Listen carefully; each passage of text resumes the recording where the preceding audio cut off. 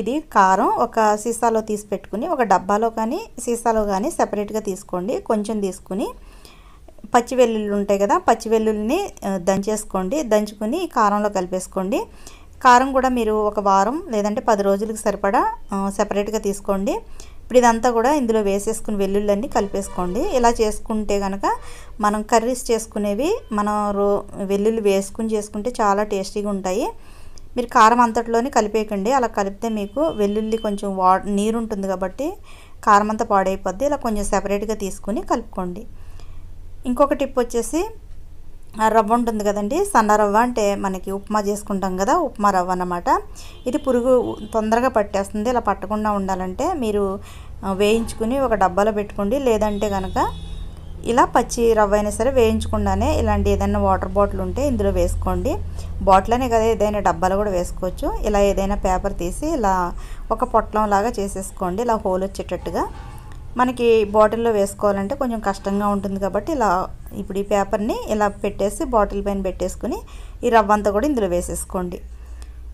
అలానే మీరు ఇంకా ఫ్రిడ్జ్ లేదు అనుకున్న వాళ్ళైతే మూట కట్టి మీరు డబ్బాలో వేసేసుకోండి. ఉప్పుని మూట కట్టేసి డబ్బాలో వేసుకోండి. అలా కూడా నిల్వ ఉంటుంది. లేదంటే ఇలా మూత పెట్టేసి ఫ్రిడ్జ్లో స్టోర్ చేసుకోండి.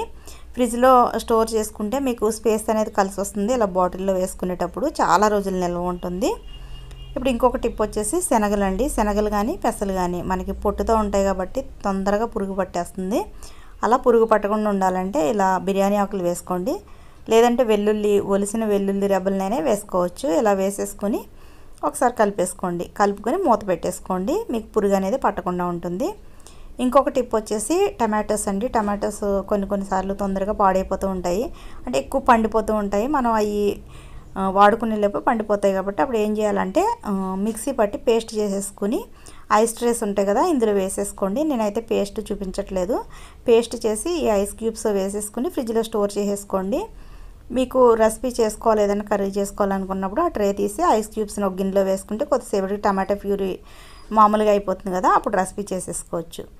ఇంకొక టిప్ వచ్చేసి ఒక డబ్బా తీసుకోండి. డబ్బాలో కింద టిష్యూ పేపర్ వేసేసుకుని ముందే శుభ్రంగా కడిగేసుకుని ఆరబెట్టేసుకున్న పచ్చిమిర్చి అండి, ఆరబెట్టుకుని తొడుములన్నీ తీసేసుకోవాలి. ఇలా తొడుములు తీసినవన్నీ కూడా ఇందులో వేసేసుకోవాలి. ఇలా వేసేసుకుని మూత పెట్టి సైడ్ ఉండే మనకి లోపల ట్రేలో కాకుండా సైడ్ ఉంటుంది కదండి డోరుకు ఉండే ట్రేలో పెట్టుకుంటే డబ్బా మీకు నిల్వ ఉంటాయి అన్నమాట. చాలా రోజుల వరకు నిల్వ ఉంటాయి. ఇలా పెట్టుకుని స్టోర్ చేసుకుంటే చాలా రోజులు నిల్వ ఉంటాయి. ఈ టిప్స్ అన్నీ కూడా మీకు నచ్చినాయి అనే అనుకుంటున్నాను. ఈ వీడియో కనుక మీకు నచ్చితే ఖచ్చితంగా లైక్ చేయండి, షేర్ చేయండి, నా ఛానల్ని సబ్స్క్రైబ్ చేసుకోండి, పక్కనే ఉన్న బెల్ని ప్రెస్ చేయండి. Thank you for watching.